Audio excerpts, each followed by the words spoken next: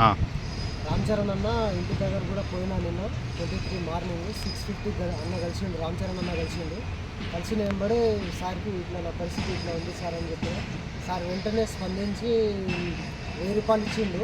1000 రూపాయలు ఇచ్చిండు. టిఫిన్ తిని ఇంటికాడ ఉండి నేను వచ్చి వెంబడే కలుస్తా అని చెప్పిండు, వస్తా అని చెప్పిండు. సో మాట ఇచ్చిండు అన్న. సో తప్పకుండా అన్న కలుస్తారని మనస్ఫూర్తిగా కోరుకుంటున్నాను. సో ఎక్కడో బిజీ వల్ల అన్న బయటికి పోయిందంట. సో బౌన్సర్ వచ్చి నాకు చెప్పిండు, ఇట్లా బాబుని ఒకసారి నెంబర్ తీసుకొని గుర్తు చేయని వచ్చినప్పుడు నాకు ఒకసారి గుర్తు చేయని అన్న చెప్పిండంట బౌన్సర్కి. సో అన్న ఎట్లయినా నన్ను కలుస్తాడని మనస్ఫూర్తిగా ఆశిస్తున్నాను.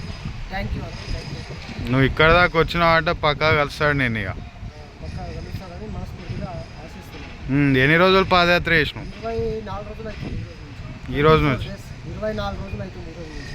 మళ్ళీ ఒకటికి ఇంటి నుంచి బయలుదేరిన మహబూబ్నగర్ డిస్టిక్ నుంచి ఆగస్టు 1 నుంచి బయలుదేరి ఇక్కడ 24 రోజులు అవుతుంది ఇక్కడ వచ్చి.